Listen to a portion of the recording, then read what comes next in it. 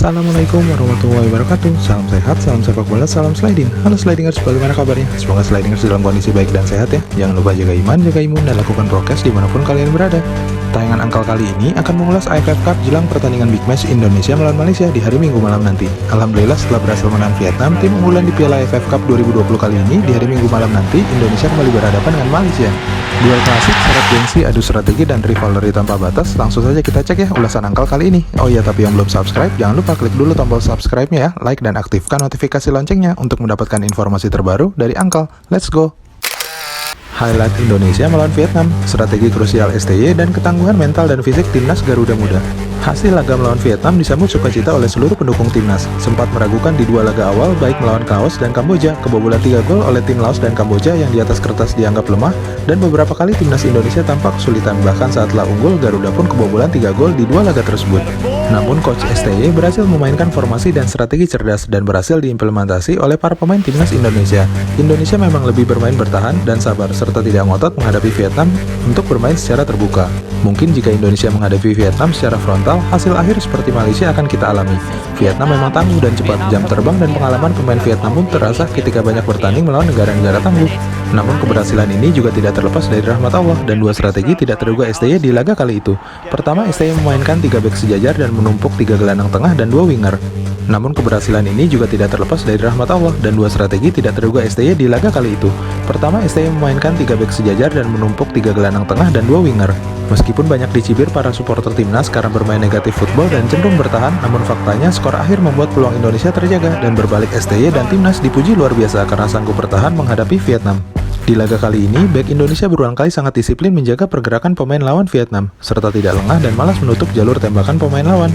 Tercatat hampir seluruh pemain timnas bermain luar biasa, terutama menurut Angkal, Ricky Kambuaya, Witan, dan Irfan Jaya konsisten bermain rapat di sisi winger, dan turun hingga bertahan membantu menghadapi lini tengah Vietnam. Selain itu, 3 pemain bek timnas, Fahrudin Arianto, Alveandra Dewangga, dan Rizky Ridho sangat piawai membaca alur bola Vietnam, baik umpan silang maupun kombinasi 1-2 di kotak penalti. Strategi kedua STY melakukan 4 pergantian krusial di babak kedua. Masuknya Evan Dimas sangat berpengaruh mendelay bola dan melambatkan tempo, hingga Vietnam yang secara statistik sangat tajam terutama di menit ke-75 ke atas tidak dapat menciptakan peluang berarti. 3 pemain lainnya Yabis Roni, Ramai Rumakiek, dan Rizky Dwi sebagai penyegaran fisik dan stamina dalam menghadapi winger cepat Vietnam. Tercatat Witan, Asnawi, dan Irfan Jaya stamina dan fisiknya sudah mulai habis. Peta persaingan di grup B.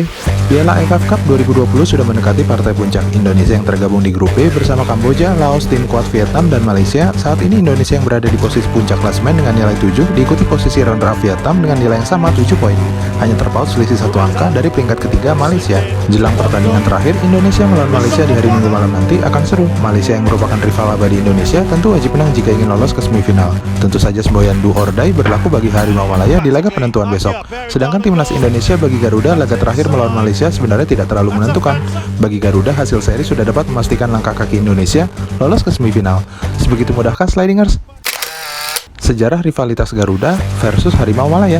Tapi slidingers jangan lupa ya, Angkal dan seluruh supporter sejati timnas Indonesia tentu masih ingat ya bagaimana Malaysia seringkali menjegal Indonesia.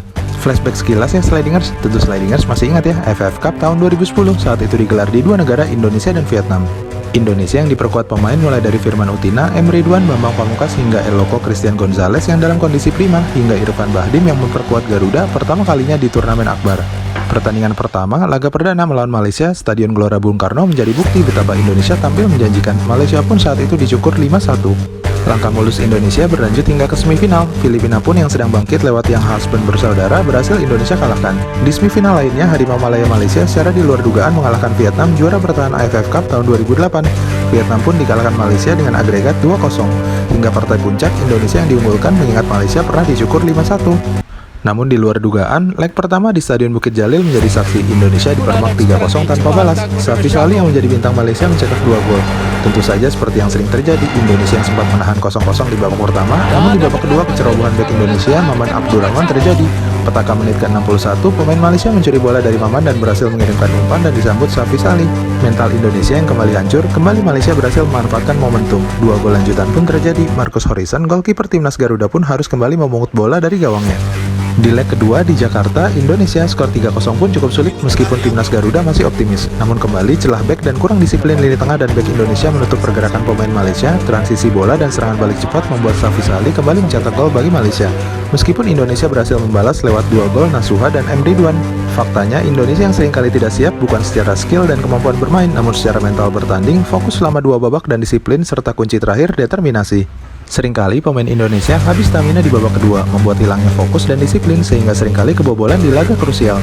Faktor gagalnya menjadi juara di Piala AFF dan faktanya 5 kali runner-up adalah salah satu bukti kesiapan mental pemain, fokus dan disiplin serta determinasi sepanjang 2 babak menjadi kunci memenangkan pertandingan, terutama di laga krusial timnas. Catatan Uncle, menghadapi Malaysia yang menjadi rival abadi, laga melawan Malaysia akan sangat menarik. Uncle melihat Malaysia kali ini tidak sehebat dulu saat masih dilatih oleh Raja Gopal di AFF Cup 2010. Tapi Slidingers jangan lupa ya, pelatih Malaysia Tan Cheng Ho cukup piawai mengatur strategi terutama saat bertemu timnas Indonesia.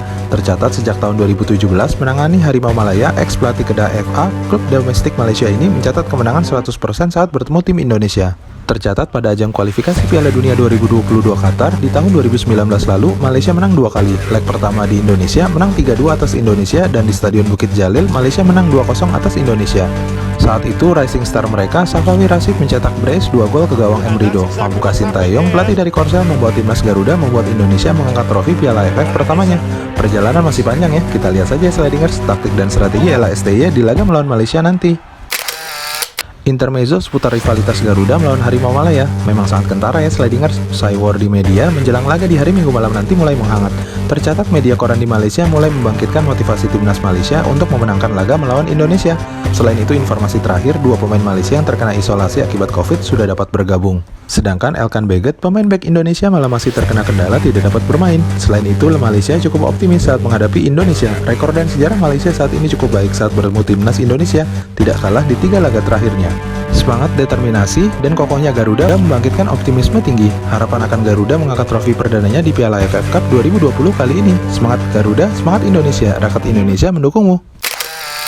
Terima kasih telah menyaksikan tayangan Uncle kali ini. Jangan lupa ya untuk subscribe, like, dan aktifkan notifikasi loncengnya untuk mendapatkan informasi terbaru dari Uncle. Assalamualaikum warahmatullahi wabarakatuh.